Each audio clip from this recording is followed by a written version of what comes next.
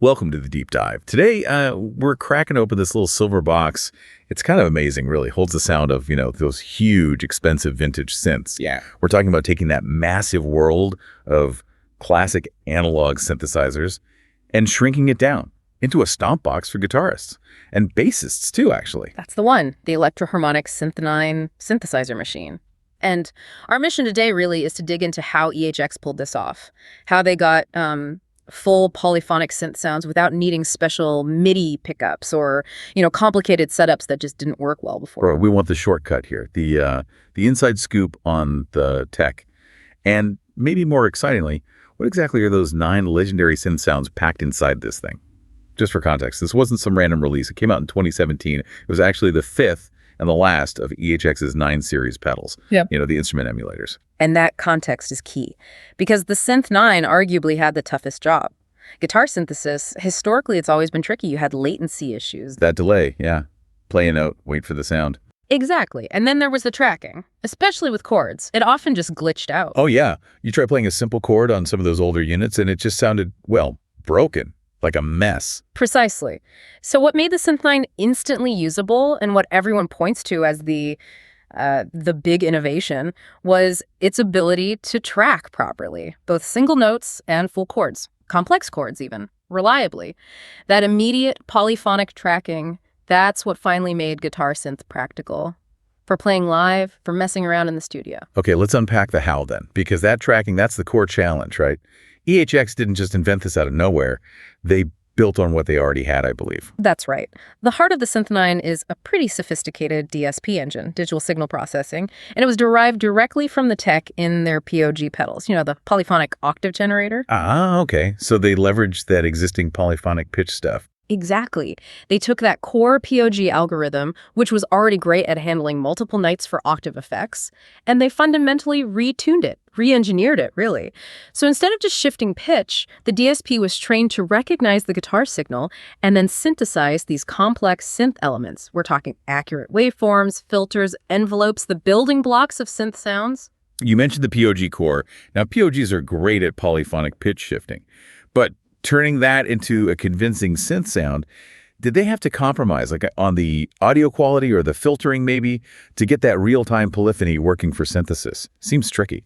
That is a great question. And I think that's where the real cleverness comes in. See, it's not just about generating a new tone. It's about taking the guitar signal, which is harmonically quite rich, kind of messy, filtering out all that complexity, analyzing the core pitch, and then building a clean synth waveform like a sawtooth or square wave almost instantly. And doing it without lag. Without lag and without losing the plot when you play a chord. The fact the Synth9 pulls it off means they really nailed that real-time analysis and synthesis inside the DSP. And the result for the user is just plug and play. Right. No special MIDI pickup, no calibration nonsense, just a standard guitar cable. Yep, standard 1/4 inch in, 1/4 inch out. And it's in that familiar EHX XO size box, like the other 9 series pedals. Runs on standard 9-volt DC power too. Super straightforward. Okay, so the box itself, the controls look pretty simple, almost sparse, considering what's going on inside. They are, but those 4 knobs are doing a lot of work. We should definitely walk through them. Makes sense. So first up, the obvious ones. Dry, that's just your clean guitar signal level. Right, blend it in or turn it off completely. And then synth, which is the level of the synthesized sound itself. Mix them how you like. Standard blend controls, but then you get to Crushful 1 and Crushful 2. These are the interesting ones. Crushful 1 is like the main tweak knob. What it does actually changes depending on which preset you've selected. Ah, so it's context sensitive. Exactly. For, say, a pad sound, it might control the filter cutoff frequency, sweeping the filter. For a lead sound, maybe it adjusts modulation depth or speed. Okay, and Corel 2. Secondary parameter. Yeah, it handles other important synth characteristics, things like the envelope speed, the attack or decay of the note, or sometimes it controls resonance, that cue control that gives a filter that sharp vocal, sometimes screaming quality. So you're not just switching presets, you're actually interacting with key synthesis parameters. Precisely. You're sculpting the sound in real time, which is crucial for getting that, that analog synth feel. It's dynamic. Right, okay. So we've got the engine, the DSP derived from the POG. We know how the controls work. Now let's get to the fun part. The actual sounds, the 9 analog voices inside this thing. This is really the payoff, isn't it? Accessing these iconic, often really expensive keyboard sounds. This is where the magic happens, yeah. Forget the DSP for a minute. Let's talk tone. EHX clearly aimed for instantly recognizable classic synth sounds, sounds that just scream certain eras of music. Okay, let's run through them. Give people a sense of what they're actually getting. Number 1. Preset 1 is OBX. This is modeling the Oberheim OBX. Think big, brassy, smooth pads. Ah, the jump sound. Or things like it. Sort of that family, yeah. Yeah. Big, cinematic 80s soundtrack textures, very wide, very polyphonic. Cool. Preset 2. Prophet V, that's aiming squarely at the sequential circuit's Prophet 5. The Prophet sound is a bit raw, maybe more assertive than the Oberheim. Great for leads, but also really iconic pads, that classic analog VCO character. Okay. Number 3. Vibe A Synth. What's that one about? This one feels less like a direct model of one synth and more like a specific effect.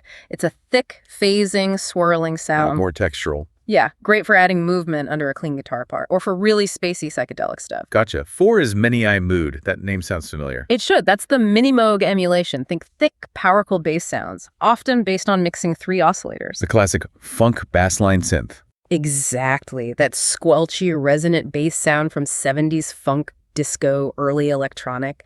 But it can do cutting leads, too. Nice. 5 is Solo Sens Land. Yeah, as the name suggests, this one focuses on a monophonic style lead voice. Very cutting, very focused. Designed to slice through a mix for, a searing guitar-like solo, but with a synth tone. Okay. And number 6, Mood Bass, another Moog reference. Yep, another one clearly inspired by Moog bass sounds. This is specifically tuned for laying down those deep, powerful sub-bass lines.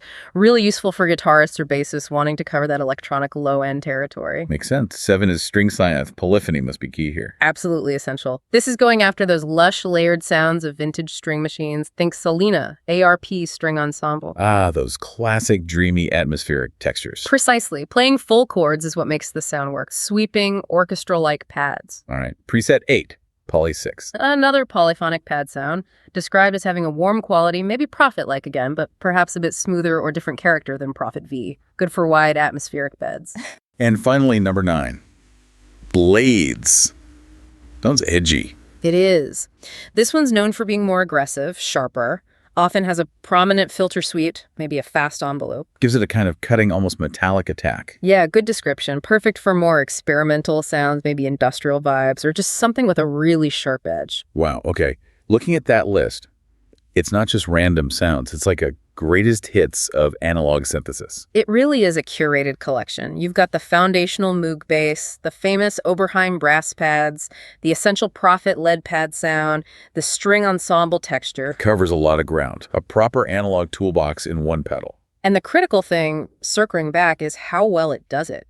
Handling that range from the deep mood bass to the dense string synth chords, without the glitches and latency that used to make guitar synths frustrating. That's the proof in the pudding for that POG-derived tech. Now, to really get the Synth9's place, we need to see it in the context of that whole 9 series from EHX. Like you said, it was the final piece of a puzzle they've been building for a few years. That series, yeah, it started back in 2014. It was a really methodical approach, it seems. They tackled different keyboard families, arguably starting with slightly easier ones and building up to the synth challenge. Right, 2014 was the B9. That was all about Hammond organs. Seemed like a big deal at the time. It was. Then 2015, they dropped 2 more. The C9, which gave you more rock and progressive organ sounds, and the Key 9. That one did electric pianos, Rhodes, Wurlitzer, and clavinet sounds. Those rely heavily on capturing the right attack and decay. Then 2016, they took maybe an even bigger leap with the MEL9. Ah, yes, the Mellotron emulator. Strings, flutes, choirs, that distinctive, slightly wobbly, tape-based sound. Modeling that successfully must have been complex, getting those imperfections right. Definitely built confidence, I imagine, which led them to 2017. The grand finale, the Synth9, taking on the whole world of polyphonic analog synths. When you look at the whole series completed, B9, C9, Key 9, MEL9, Synth9, they basically covered every major classic keyboard type. Pretty much. They effectively tore down the walls between guitar players and this huge palette of keyboard sounds, turn impossible sounds into stompbox reality, as they like to say. In that idea, removing the barrier, that's central to why the Synth9 matters, isn't it? Absolutely. And it still matters. The pedal's still in production, still popular. You see it on boards of funk players, prog guys, experimental musicians. Why do you think it holds up? Well, people consistently praise 2 things. One, the sounds feel authentic. They have that analog weight and character. And two, it's just so easy to use. Plug it in, turn some knobs, no menus, no software, no MIDI headaches. Just works? It just works. Drop it on your board and go. So looking back, what's its historical significance for EHX? I think you can boil it down to maybe 4 key things. First, it completed the 9 series with the most ambitious goal. Emulating a whole synth is way harder than, say, a specific electric piano sound. Okay, capping off the series. What else? Second, it massively democratized access. Any guitarist or bassist could suddenly get convincing synth sounds without buying synths, learning MIDI, getting special pickups. It opened doors. Or easy. Third, it really showcased the evolution of their digital tech. That POG-derived core proved incredibly versatile, going way beyond just pitch shifting. It was a statement of their DSP prowess. And the fourth point. It just cemented their reputation. EHX became known as the company that could take these weird, wonderful, complex sounds and somehow cram them into a practical pedal. That capability really put them ahead of the curve in accessible guitar synth tech back then, long before some of the other big players really focused on this kind of modeling. So in summary, the Synth9 wasn't just another pedal. It took these huge, complex, classic keyboard instruments and translated them into something any guitarist could just plug in and use. It democratized analog synthesis for the pedal board. Well said. It respected the guitarist's workflow while offering a whole new universe of sounds. It's impressive engineering, proving digital can capture that analog soul. Which leaves us with a final thought for you, the listener. If digital processing, like we see in the Synth9, can so effectively capture the sound, the feel, the polyphony of these historical instruments, how far are we from a point where the original physical instrument's value becomes mostly, well, historical or sentimental rather than strictly sonic? And chew on. What makes an instrument truly itself? We'll leave you with that. See you on the next deep dive.